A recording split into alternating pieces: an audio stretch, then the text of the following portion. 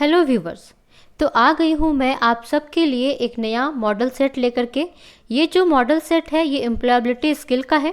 Employability skill का जो question है वो सारे ही ट्रेड का जो है वो कॉमन आता है।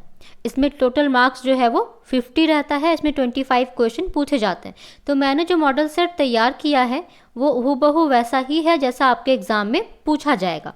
तो आप इसको अच्छे से देखें और प्रैक्टिस इसका करते रहें। तो आइए शुरू करते हैं।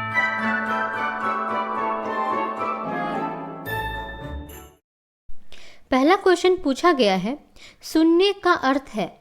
ऑप्शन है कान लगाना, बोले गए शब्दों पर कान लगाना, बोले गए शब्दों में बताए संवंश को समझने के लिए कान लगाना, आसपास की आवाज़ों को सुनना। तो सुनने का अर्थ क्या होता है कि जो भी हमें बोला जा रहा है वो क्या एक प्रकार का इन्फॉर्मेशन है, हमें उसको समझना होगा। तो इसका आंसर क्या हो जाएगा? 1 का आंसर हो जाएगा ऑप्शन सी, बोले गए शब्दों में बताए संवंश को समझने के लिए कान लगाना। हम इसलिए किसी वर्ड को सुनते हैं। आइए बढ़ते हैं नेक्स्ट क्वेश्चन की तरफ। तो नेक्स्ट क्वेश्चन है, सांस की शक्ति से बोलना डैश होता है।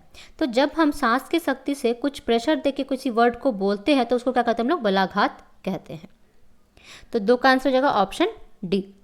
नेक्स्ट क्वेश्चन, क्वेश्चन नंबर 3 है, फोनोलॉजी के अध्ययन में होता है ध्वनि का। तो जो फोनोलॉजी होता है, फोनेटिक्स जो होता है, उसमें हम लोग किसका अध्ययन करते हैं? हम लोग आयोजन का अध्ययन करते हैं। तो क्वेश्चन नंबर 3 का आंसर हो जाएगा ऑप्शन सी, आयोजन। नेक्स्ट क्वेश्चन है, भाषा विज्ञान में उच्चतम स्तर होता है। तो जो भाषा विज्ञान होता है उसका उच्चतम स्तर होता है फोनेटिक्स का, स्वर विज्ञान का, जो उच्चारण वगैरह हम लोग करना सीखते हैं। तो आंसर क्वेश्चन नंबर 4 का आंसर हो जाएगा option B, phonetics. Next question है, अंग्रेजी में व्यंजनों की संख्या होती है। तो टोटल जो अल्फ़ाबेट है वो कितने होते हैं? 26, जिसमें से 5 होते हैं वॉवेल, और व्यंजन कितने बच जाते हैं? 21 बच जाते हैं। तो क्वेश्चन नंबर 5 का आंसर हो जाएगा ऑप्शन बी, 21। नेक्स्ट क्वेश्चन है, बढ़ते हैं हम लोग नेक्स्ट क्वेश्चन की तरफ। क्वेश्चन नंबर 6 क्वेश्चन है, बोले गए शब्दों का लिखित भाषा में रूपांतरण होता है। तो जब हम लोग कुछ बोलते हैं और उसको कोई लिखता है तो उसको हम लोग क्या कहते हैं? प्रतिलेखन कहते हैं। तो क्वेश्चन नंबर 6 का आंसर हो जाएगा ऑप्शन सी, प्रतिलेखन। नेक्स्ट क्वेश्चन है, प्रतिलेखन को डैश भी कहते हैं। तो जब हम लोग किसी को बोलते हैं, कुछ लिखवाते हैं, तो हम लोग क्या कहते हैं? उसको नोटेशन कहते हैं, अंकन कहते हैं। तो क्वेश्चन नंबर 7 का आंसर हो जाएगा ऑप्शन ए। नेक्स्ट है, ऑर्थोग्राफी, वर्तनी जो होता है का अर्थ है। तो ऑर्थोग्राफी क्या है? लिखने की प्रणाली जो होती है उसको हम लोग क्या कहते हैं? ऑर्थोग्राफी कहते हैं। तो क्वेश्चन नंबर 8 का आंसर हो जाएगा ऑप्शन सी, लिखने की प्रणाली। नेक्स्ट क्वेश्चन है, which of the titles fits the text best, dash का उदाहरण है। तो इसमें क्या होगा? सरसरी देखने का। हम लोग पहले एक बार बस देख लेते हैं कि कौन कौन सा वर्ड दिया है, उसको भरना कैसे है। तो क्वेश्चन नंबर 9 का आंसर हो जाएगा ऑप्शन ए, सरसरी देखने का। नेक्स्ट क्वेश्चन है, समय सारणी देखो और समय विराम बताओ का उदाहरण है। तो समय सारणी को देखना है और बताना है कि मतलब जो भी उसमें पूछा गया वो बताना है। तो इसको हम लोग क्या कहेंगे? अवलोकन कहेंगे। हम लोग पहले ध्यान से देखेंगे कितना टाइम है तब बताएंगे। तो क्वेश्चन नंबर 10 का आंसर हो जाएगा ऑप्शन बी, अवलोकन। नेक्स्ट क्वेश्चन, क्वेश्चन नंबर 11, परीक्षा हॉल में प्रश्न पत्र पढ़ना डैश का उदाहरण है। किसका उदाहरण होगा? गहन पढ़ाई का हम लोग ध्यान से पढ़ते हैं, परीक्षा हॉल में जो प्रश्न पत्र पूछे जाते हैं तभी उसका हम लोग आंसर दे पाते हैं। तो 11 का आंसर हो जाएगा ऑप्शन ए। तो इस तरह से हम लोग को सारे क्वेश्चन को सॉल्व करना है।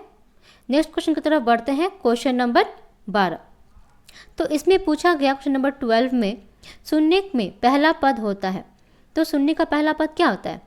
धारणा और अर्थ निकालना। जब हम लोग कुछ सुनते हैं तो हम लोग क्या करते हैं? पहले उसका एक अर्थ निकालते हैं, समझते हैं। तो क्वेश्चन नंबर 12 का आंसर हो जाएगा ऑप्शन डी। नेक्स्ट है, एसटीएम प्रयोग करते हैं डैश के लिए। तो एसटीएम क्या होता है? शॉर्ट टर्म मेमोरी होता है। तो क्वेश्चन नंबर 13 का आंसर क्या हो जाएगा? Option B, short term memory. Next है, एलटीएम का प्रयोग करते हैं डैश के लिए। तो एलटीएम होता है लॉन्ग टर्म मेमोरी। तो 14 का आंसर क्या हो जाएगा? Option A. नेक्स्ट है, रिवर्स एंड टेम्पररी के अनुसार संप्रेषण गतिविधियों में समर्पित समय होता है। तो जब हम लोग कुछ कम्युनिकेशन करते हैं उसमें टोटल समय जो होता है वो कितना होता है? 45% कुल समय का। तो 15 का आंसर हो जाएगा ऑप्शन डी, 45%। नेक्स्ट क्वेश्चन 16, संप्रेषण गतिविधियों में समर्पित बोलने का समय होता है। तो संप्रेषण जब हम लोग करते हैं कम्युनिकेशन, तो बोलने में हम लोग कितना समय लेते हैं? 30% समय लेते हैं कुल समय का। तो 16 का आंसर हो जाएगा ऑप्शन सी, 30%। नेक्स्ट क्वेश्चन पूछा गया है, संप्रेषण गतिविधियों में समर्पित पढ़ने का समय होता है। तो कितना मिलता है पढ़ने का समय? 16% मिलता है किसी भी कम्युनिकेशन में। तो 17 का आंसर हो जाएगा ऑप्शन बी। नेक्स्ट है क्वेश्चन नंबर 18, संप्रेषण गतिविधियों में समर्पित लिखने का समय होता है। तो लिखने के लिए हम लोग को टाइम क्या मिलता है, कम्युनिकेशन में 9% मिलता है। तो 18 का आंसर क्या हो जाएगा, ऑप्शन ए 9%। नेक्स्ट क्वेश्चन पूछा गया है, क्वेश्चन नंबर 19, कम्युनिकेशन शब्द लैटिन के शब्द से उत्पन्न हुआ है, किस शब्द से उत्पन्न हुआ है? तो कम्युनिस से हुआ है कम्युनिकेशन का उत्पत्ति। तो 19 का आंसर हो जाएगा ऑप्शन सी। आइए बढ़ते हैं नेक्स्ट क्वेश्चन की तरफ, क्वेश्चन नंबर 20। आगे बढ़ने से पहले आप क्वेश्चन को अच्छे से प्रैक्टिस कर लें, देख लें। आइए 20 में जानते हैं कम्युनिटी का अर्थ है। तो कम्युनिटी क्या होता है, एक टाइप के जहाँ लोग रहते हैं, समाज को कम्युनिटी कहलाता है। तो 20 का आंसर क्या हो जाएगा, ऑप्शन ए। नेक्स्ट है संप्रेषण में समाहित है। तो जो कम्युनिकेशन होता है उसमें क्या क्या होता है, कहना होता है, सुनना होता है, समझना होता है, सब कुछ होता है। तो 21 का आंसर कितना हो जाएगा, ऑप्शन डी, क्योंकि कम्युनिकेशन में हम लोग कहते भी हैं, सुनते भी हैं और उस बात को समझते भी हैं। तो 21 का आंसर हो जाएगा इसमें ऑप्शन डी। नेक्स्ट क्वेश्चन 22, दो या अधिक व्यक्तियों के मध्य विचारों का आदान प्रदान कहलाता है। तो जब हम लोग बात करते हैं, दो या दो से अधिक आदमी जब बात करते हैं, मतलब क्या करते हैं, कम्युनिकेट करते हैं, अपने विचारों को रखते हैं, इन्फॉर्मेशन रखते हैं दूसरे के पास। तो क्या हो जाएगा इसका आंसर 22 का, संप्रेषण। नेक्स्ट है 23, यदि कोई प्राप्त करता नहीं है तो डैश कोई नहीं है। मतलब अगर हम लोग ट्रांसमिशन कर रहे हैं किसी चीज़ का और रिसीवर ही नहीं है तो उसका क्या है, कोई मतलब नहीं बनता है। तो 23 का आंसर क्या हो जाएगा, ऑप्शन ए, संप्रेषण। कम्युनिकेशन का कोई मतलब नहीं रह जाता है। 24, प्रभावी संप्रेषण यह है जिसमें क्या होगा, प्राप्तकर्ता प्रेषक के संदेश को समझ जाता है, क्योंकि जब तक कम्युनिकेशन समझेगा नहीं आपका आगे वाला रिसीवर, आप जो ट्रांसमिट कर रहे हैं, फिर तो कोई फ़ायदा ही नहीं है ट्रांसमिशन का, कम्युनिकेशन का। तो क्या हो जाएगा 24 का answer, option B. Next question पूछा गया है, बिना शब्दों के संप्रेषण कहलाता है। तो मतलब बिना किसी वर्ड के जो हम लोग कम्युनिकेट करते हैं उसको हम लोग क्या कहते हैं, अशाब्दिक संप्रेषण। तो 25 का आंसर हो जाएगा ऑप्शन ए। नेक्स्ट है 26, अंग्रेजी भाषा के संप्रेषण कौशलों की संख्या है। तो कम्युनिकेशन जो है वो 4 प्रकार के होते हैं। 26 का आंसर क्या हो जाएगा, ऑप्शन सी हो जाएगा। या देखिए सी और डी दोनों में सेम ही दे दिए हैं, तो इसका सी आंसर लिख लीजिएगा। 27, अंग्रेजी भाषा संप्रेषण कौशल है। तो क्या होता है इसमें, सुनना, समझना, लिखना, सब कुछ आता है। तो क्या हो जाएगा इसमें 27 का आंसर हो जाएगा ऑप्शन सी, सुनना, बोलना, पढ़ना और लिखना। नेक्स्ट है 28, अंग्रेजी शिक्षण का प्रथम उद्देश्य डैश विकसित करना है। तो सुनने का कौशल, जब तक हम लोग सुनेंगे नहीं किसी कम्युनिकेशन को तो हम समझेंगे कैसे, और समझेंगे तो बोल नहीं पाएंगे। तो 28 का आंसर क्या हो जाएगा, ऑप्शन ए। पहले हम लोग को उसको सुनना पड़ेगा, समझना पड़ेगा, फिर जाके हम लोग आगे की बात को बढ़ा सकते हैं। तो 28 का आंसर हो जाएगा ऑप्शन ए, सुनने के कौशल को हम लोगों को यहाँ पे बढ़ाना पड़ेगा। इवन किसी भी कम्युनिकेशन में हम लोगों को क्या करना पड़ता है, सुनने के ही कौशल को पहले बढ़ाना होता है। नेक्स्ट क्वेश्चन, क्वेश्चन नंबर 29,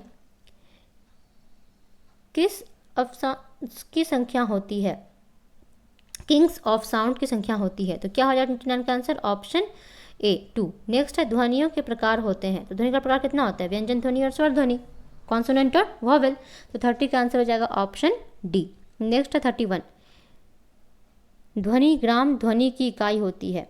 तो किसका कहते हैं, न्यूनतम ध्वनि का इकाई किसको कहते हैं, हम लोग फोनन को कहते हैं। नेक्स्ट क्वेश्चन पूछा गया है, निम्न में से कौन सी प्रमाणिक सामग्री है। तो किसका प्रमाणिक सामग्री होता है, वास्तविक जीवन, उसका एक प्रमाण रहता है। तो 32 का आंसर हो जाएगा ऑप्शन सी। नेक्स्ट है 33, उपन्यास पढ़ना डैश का एक उदाहरण है। तो जब हम लोग उपन्यास पढ़ते हैं वो किसका उदाहरण होता है, व्यापक अध्ययन का। तो 33 का आंसर हो जाएगा ऑप्शन बी, क्योंकि हम लोग सब कुछ पढ़ते हैं, हम लोग उसमें भाषा का ज्ञान होता है, नॉलेज मिलता है, कोई स्पेसिफिक टॉपिक का नॉलेज मिलता है इसीलिए। नेक्स्ट है 34, मानक ब्रिटिश अंग्रेजी में फोनेम्स की संख्या कितनी है। तो 44 है। तो 34 का आंसर हो जाएगा ऑप्शन डी 44। नेक्स्ट, वर्ण जो लिखे जाते हैं परंतु बोले नहीं जाते क्या कहलाते हैं, इसको मूक कहते हैं हम लोग। 35 का आंसर क्या हो जाएगा, डी। नेक्स्ट, स्वनिम एक डैश होता है, फोनिम्स होगा, फोनिम्स एक डैश होता है, क्या है प्रकार का, ये ध्वनि है। तो 36 का आंसर क्या हो जाएगा, ऑप्शन सी। जब हम लोग फोनेटिक्स पढ़ते हैं, उच्चारण वगैरह जो पढ़ते हैं, वही फोनेटिक्स फोनिम्स से आया है। नेक्स्ट है 37, लिंग्विस्टिक अध्ययन होता है किसका, ध्वनियों का। तो 37 हो जाएगा आंसर किसका, ऑप्शन बी। नेक्स्ट है 38, भाषा भावनाओं की अभिव्यक्ति का वाहन है, यह एक डैश उदाहरण है, किसका उदाहरण हो जाएगा, ये कार्यात्मक दृष्टिकोण का। तो 38 का आंसर हो जाएगा ऑप्शन सी। नेक्स्ट क्वेश्चन 39, भाषाई संरचना किस प्रकार की होती है? तो भाषाई संरचना किस प्रकार की होती है? संरचनात्मक होती है। तो 39 का आंसर हो जाएगा ऑप्शन बी। नेक्स्ट क्वेश्चन 40, स्वेच्छा रहित का अर्थ है, क्या होगा? तर्क रहित चुनाव। तो इसका आंसर क्या हो जाएगा? 40 का ऑप्शन बी। नेक्स्ट है 41, विश्व में बोली जाने वाली भाषाएं लगभग डैश हैं। तो विश्व में जो टोटल भाषाएं बोली जाती हैं वो कितनी है? 3000 है। तो 41 का आंसर हो जाएगा ऑप्शन ए 3000। नेक्स्ट है 42, डेविड क्रिस्टल के अनुसार कुल भाषाएं कितनी हैं? तो जो डेविड क्रिस्टल है उनके अकॉर्डिंग कितनी भाषाएं हैं? 6809, 6809 प्रकार की कुल भाषाएं जो हैं। नेक्स्ट क्वेश्चन है 43, डेविड क्रिस्टल के अनुसार भाषाई परिवारों की संख्या कितनी है? मतलब जितनी भाषा उसको हम लोग एक परिवार में बांटे हैं तो उसकी संख्या कितनी है? 150। तो इसका आंसर कितना हो जाएगा 43 का? ऑप्शन बी हो जाएगा। नेक्स्ट है 44, डिस्क्रिट लिसनिंग, इसको औसत लिसनिंग भी कहते हैं, डैश कहलाती है। तो डिस्क्रिट लिसनिंग क्या कहलाती है? गहन लिसनिंग कहलाती है। तो 44 का आंसर हो जाएगा ऑप्शन ए। नेक्स्ट है 45, मनोरंजक रेडियो कार्यक्रम सुनना होता है, क्या होता है? एक्सटेंसिव लिसनिंग होता है, व्यापक लिसनिंग होता है। तो 45 का आंसर क्या हो जाएगा? ऑप्शन डी हो जाएगा। नेक्स्ट क्वेश्चन है क्वेश्चन नंबर 46, रेलवे स्टेशन पर सार्वजनिक घोषणा सुनना है। तो रेलवे स्टेशन पर जब सार्वजनिक घोषणा की जाती है उसको हम लोग क्या कहते हैं? हम लोग उसको ध्यान से सुनते हैं, गहन रूप से सुनते हैं सूचना के लिए। तो 46 का आंसर हो जाएगा ऑप्शन नंबर सी। नेक्स्ट है आलेखन का अर्थ है। तो आलेखन क्या होता है? लिखने का परीक्षण होता है, कैसे कैसे लिख सकते हैं। तो 47 का आंसर कितना हो जाएगा? ऑप्शन ए, लिखने का परीक्षण।